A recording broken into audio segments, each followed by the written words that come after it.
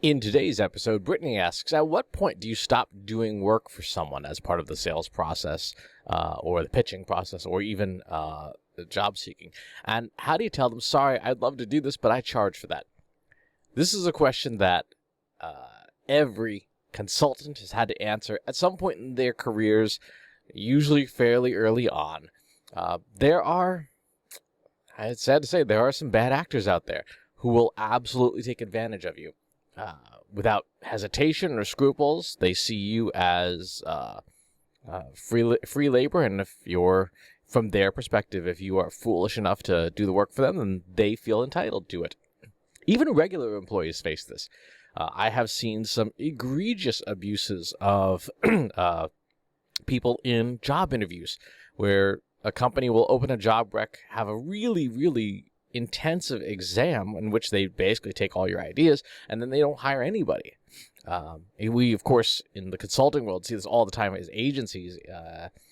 Agencies get pitch requests that are just outlandish. There have been some stories in the news recently about one company that said, give us our 5-year plan as part of the pitch, and a bunch of other things. So it is tricky. Now, there is a two-part answer to this. There are two ways to, well, there's a way to deal with this that can help. First, you have to determine what it is you are selling. Are you selling, there's 3 things you could be selling, right? There's the why, the what, and the how.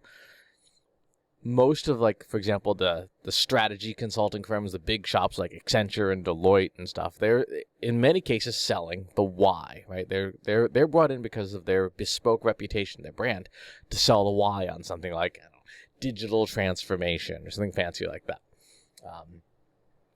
Most folks are selling a combination of the what and the how, and it is the what is the result, and the how is how do you get to the result.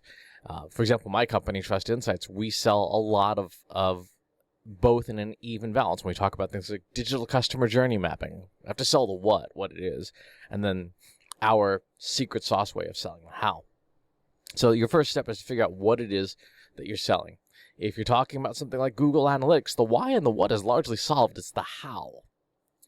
Second, you have to withhold the key pieces of the part that you sell the most, that you sell the best. What is your secret sauce, the arcane knowledge that relatively few people have that makes you different, right? Because if you withhold that, here's what happens. If you withhold that secret piece of information, but you tell somebody where it is they're going, it's like telling somebody where they're going, but not giving them directions on how to get there.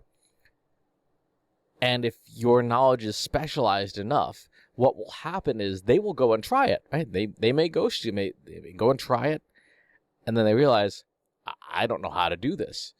And they'll fall down. That's when they realize, oh, I should have hired Brittany.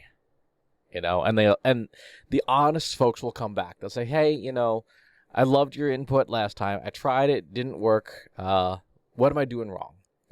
Right? The dishonest people don't come back, and you don't want them to.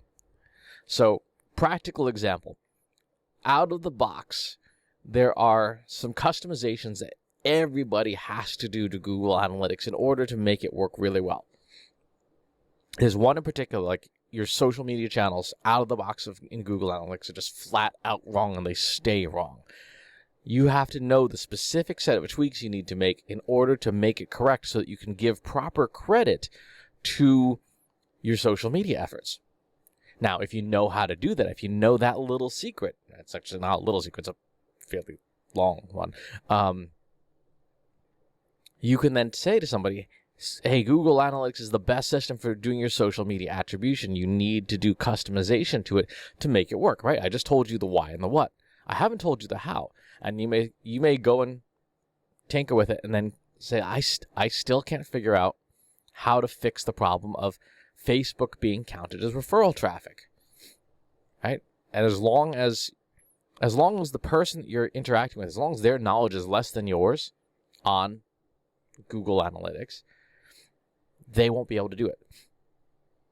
There's an expression from Tom Clancy, the author Tom Clancy, the canary trap. You intentionally either withhold something, which is what I do, or you give out something that's intentionally wrong, different things to different people to see who breaks it or who copies your content even. You can telltale signs that somebody is not being honest with you up front. So that's how I would approach that, is determine what you're selling, the why, the what, the how, and then determine the key pieces of information that you can withhold that still doesn't diminish your expertise or your value in that person's mind, and that will identify who's trying to take advantage of you versus who said, maybe had a legitimate, oh, we're going to give it a go, and then, we can't do that. And then they come back and hire you. And at that point, they tried it. And at that point, you might even be able to charge them more because they made it their best effort. And now they know how hard it is to do what it is that you're selling. So give that a shot. It has been a very successful formula for me over the years. And hopefully it succeeds for you. As always, please leave your comments below. Subscribe to the YouTube channel and to the newsletter. I'll talk to you soon. Want help solving your company's data analytics and digital marketing problems? Visit trustinsights.ai today and let us know how we can help you.